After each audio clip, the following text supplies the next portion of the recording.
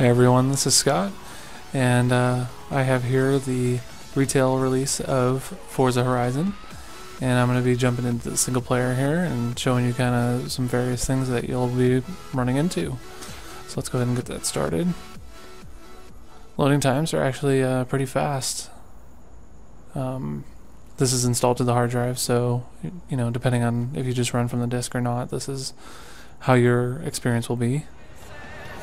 Got myself a General Lee here. Found that in the storefront. So what we're going to be doing here is we're actually going to go to a barn find, but this is the full map here, and it's pretty big. I haven't done it top to bottom, but it should probably take a while to do. So I'm going to use this fast travel point to get me closer to where I need to go, rather than just driving there the entire time. If you do sponsors, it takes $10,000 to travel to. If you do sponsor events, you can bring it down to where it's free. But I've marked the location on my map here. Now I'm gonna just take a leisurely drive out there in this General Lee. So you'll see the thing up at the top there. That's my place in the Horizon Festival. You start out in 250th place, and I've made my way pretty close to a 100th place. Cockpit views, you know, back as you'd expect a Forza game to have. Every car is modeled, has a dynamic lighting and all that stuff. Well, there's not really many crashes in the game. I have the cosmetic damage turned off, and it's just for the better. There's no mechanical damage, so I really don't see the need of having the cosmetic damage turned on, so I just turn it off. You just bounce right off cars when you hit them anyway, so. This is an AI racer. I can pull up behind him and flash my lights and we can start a street race. Usually they're point to point, and you just get some cash when you beat them, or if you lose you don't get anything. Whoa. No damage, it was fine. Just a fender bender. So I think it's over here. I marked the map where usually these things are. Oh, I'm going the wrong way. Usually I mark these locations down to kind of an obvious location, like this is at the end of a road. So that's usually where they've been hiding these barns. And these barns hold a rare car, and you can't buy them. So you have to find these cars in order to get them, but you don't know what they are until you get there. So, it's over here. It's not one of this road. I don't know. I'm thinking this is gonna make me look like a fool here. Trying to be so. Yeah, there's nothing here. Alright, well, at least I get to goof around in a Dodge Charger and feel like a Duke boy for a moment. Should be nearby. Basically, it marks off this circle, you know, and it's somewhere within it. All the barns look the same, so I know what I'm looking for. It's just a matter of that one. There we go. This one right here. This one's got a car. Hey guys, so I've just seen a car. I don't believe what I'm seeing. We're looking at a piece of Aston Martin history. A genuine DBR1 fitted with a 3-liter straight 6. You were lucky to find her, and luckier still I got the time to make her whole again. So that's my garage buddy. He's gonna take the car back and fix it up for me, and he's gonna give it back to me for free, which is a really good deal. I'm not sure how this guy's getting paid. Maybe he's getting paid by the festival. So now I just marked a GPS location for the boss battle. The boss battles are not required to move up. You can do that automatically, but I've decided to smash this upgrade. Hitting these gives you a percentage towards 100% off on part upgrades. So if you plan on upgrading a car, I suggest you find as many of these as you can, just so you can keep money. So as I was saying, I'm going to go to this boss battle, and while it's not required to beat him, I might as well beat him so I can get his car. He's got an Lexus LFA that I can get. I won't be using this car for that race. It'll ask me to choose a different one, but I just like to show off the free roaming here. If if you don't even set a GPS marker, I mean, you can just do whatever you want. You can just goof around, drive around, you know. There's speed traps to find. There's speed zones to go through, which just takes your average speed between camera to camera. All that stuff immediately goes to a leaderboard. I'm probably going to hit one of those really soon. So you'll be immediately compared to the nearest friend in your friend list. And then you can choose to, you know, just go faster and faster through it to try to beat them. And then it'll send them a notification saying, hey, your friend beat your speed trap or your speed zone. And, you know, do you want to go ahead and try to beat it? And you can go ahead and do that.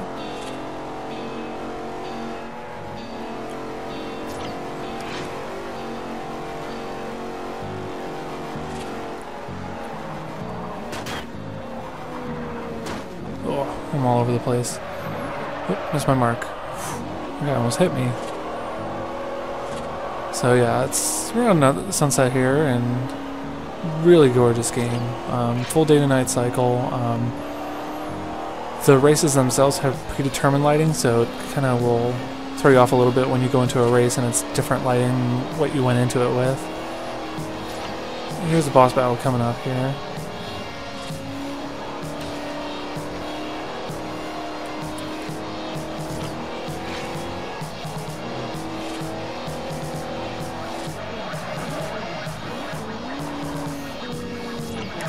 So it's just as simple as pressing X.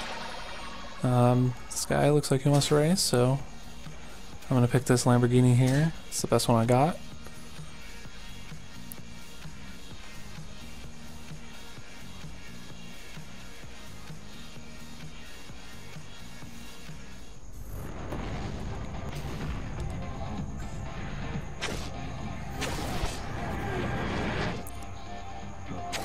You can choose your difficulty settings if you want to, but I have mine already set, so I'm actually going to go to the cockpit for this race.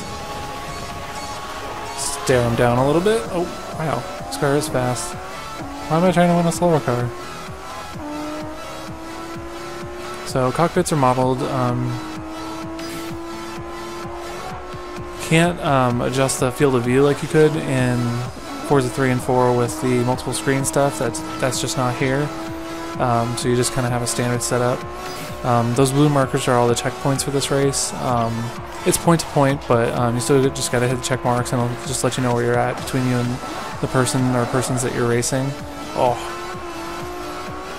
I've barely driven this car, so my squirrely driving is just my lack of skill handling it. I'm using simulation steering, which is more realistic, but is a lot more difficult to use, but it nets me more cash when I win a race or whatever, so that's why I like to go. I'm going to rewind here, go back a little bit, because I really screwed up that turn. I'm still screwing up the turn, but that's fine. I'll just keep it. I blocked him. He's not going to hit me. Oh, jeez. Oh, that is not where I'm supposed to go. So I'm going to go back to exterior camera here and play the rest of this like that. There we go. So you actually get points for destruction. As I said, you know, the points up top you add to a overall popularity ranking, and as you fill up the semicircle, then it will put you up in the next rank. So even hitting stuff, you can hit stuff as long as it's not cars. If you hit cars, you lose your combo, you lose the score. So it's not about hitting cars. You can hit, you know, some of the side stuff. You can slipstream, you can draft, you can e-brake, you can J-turn. All this stuff will get you points. See, I hit that wall and lost it, and I made a wrong turn again. Rewind is probably more useful now than it's ever been, just because the roads are so windy and the paths open up, you know, tremendously to go anywhere. You get yourself lost, or just going down the wrong path and lose the race. So it's good you can have it. You can turn it off for difficulty reasons, but which gives you a really good boost, like 15% more cash. But I'm just not confident in my skills to not have it. You can flip your car still. I just about did that.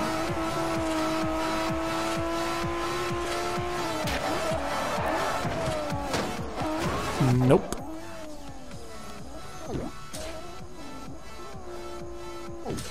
Let's try that again.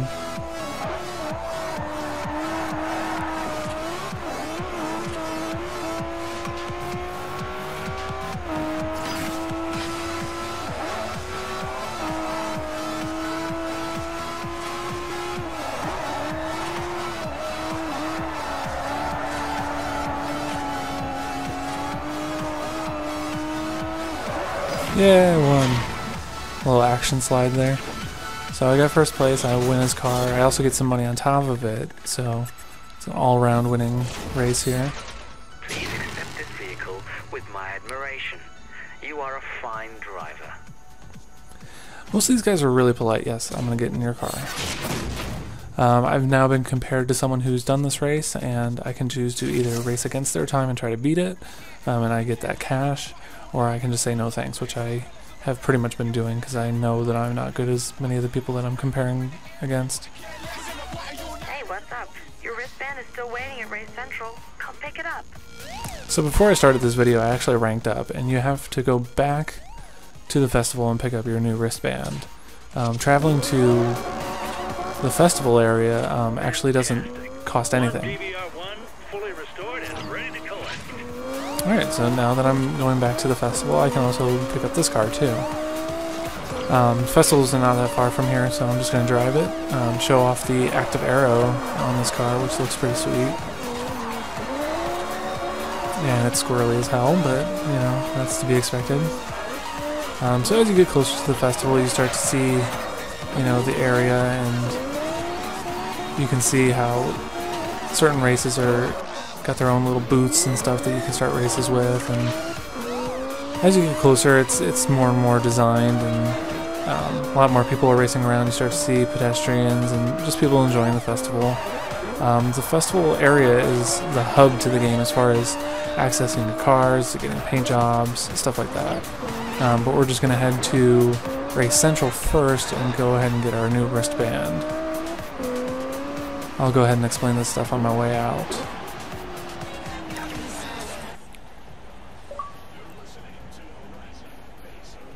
Great work. The purple wristband is the second highest you can win. Guess who needs it? You've got a shot at the title. Big money on all your upgrades. We've placed 100 discount signs around the festival area, each offering discounts and upgrades. If you find one... So now that I'm purple tier, I get all these new events and I can go race in. Can do them in any order you like. I just kind of do it in proximity order, so I'll start at the most furthest race and get closer and closer and closer until I kind of just wrap around the map and get them all. Alright. So this is the auto show. This is where you can buy your cars. Buy them brand new. In the garage. So how's it going?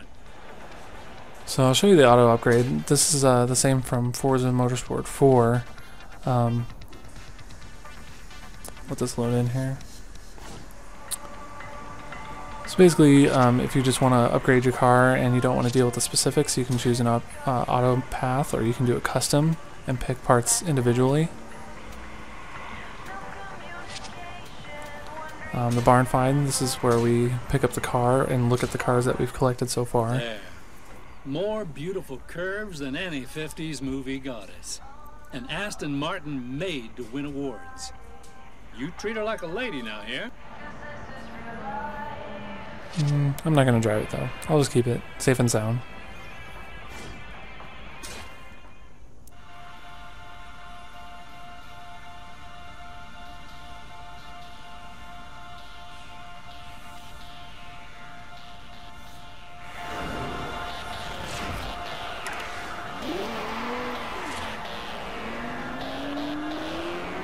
I am going the wrong way. Okay, let's turn around. These people love it when you burn out. So the garage, the paint shop, this is where you do all the vinyl, the design stuff. The marketplace is for like the DLC purchasing and tokens and stuff like that. Car club, I actually had to recreate the car club. They don't import from Forza 4. Race Central, we saw that. So I'm going to pick this race here. It's just down the street. just show you how the traditional Forza racing structure goes, as far as, you know, picking an event and going to it and starting it and picking a car and racing. Pretty standard stuff, but kind of just show you how it all plays out. True to the purple wristband in your rookie year. Amazing driving. You remind me of Darius Flint when he first showed up at Horizon. I hope you're different, though. Darius Flint is a character who is pretty much the best driver, and you're trying to dethrone him. So the character stuff is really throwaway and forgettable. It's just not. You might as well be not paying attention to that stuff. It's just not really worth it.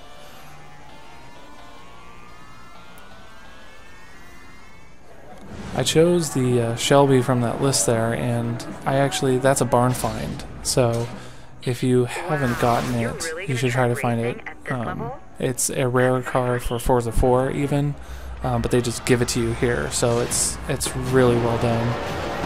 So let's see how I do in this race.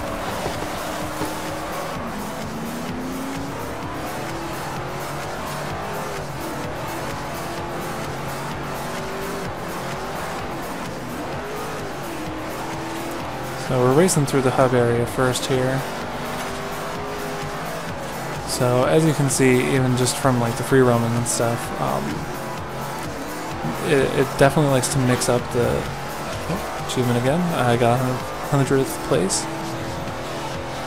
So basically, you know, you'll go through dirt and street and stuff like that, and you'll just switch between the two environments. And unfortunately, the vibration feedback from transitioning from the road to the dirt is just completely even. There's no discernible feeling. There's no extra rumble when you're on the dirt versus when you're just on a regular road, which is really kind of disappointing. I was really hoping that was going to be just a good feedback thing. I mean, many other games that do that type of thing of being off-road really rumble, and it just doesn't do it here.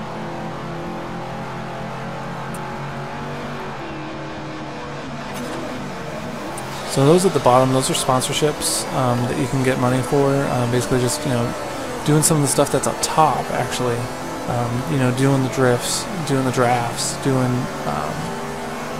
you know, just high-speed antics and stuff, weaving between cars and stuff. If you do enough of those, you'll reach a rank to where you get a lump sum of money deposited into your account. So it's just another way to make money, because, you know, one of the maybe unfortunate thing is there's no real way to spend money except on cars. I really haven't spent that much money on cars. Well, I only got 3rd place. I have more money than I know what to do with. I always have the car ready to race with. I never need to buy a car to race with. So each event nets you points depending on your place and puts you progression towards getting that next wristband.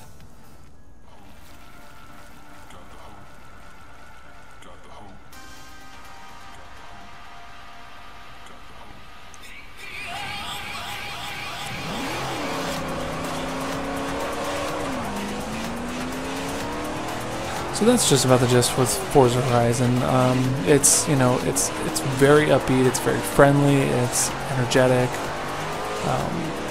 It's got all the stuff that you pretty much liked from Forza 4 if you've played those games. If you haven't, this is probably the best introduction to the series that you could have. Just getting all that freedom and accessibility and just kind of customizing your car to the way that you want to. There's tons of assists to help you with braking and turning and just really getting a good feel for how to race in this game, and gradually you can turn those assists off and do better and better. But that's Forza Horizon, and I want to thank you guys for watching.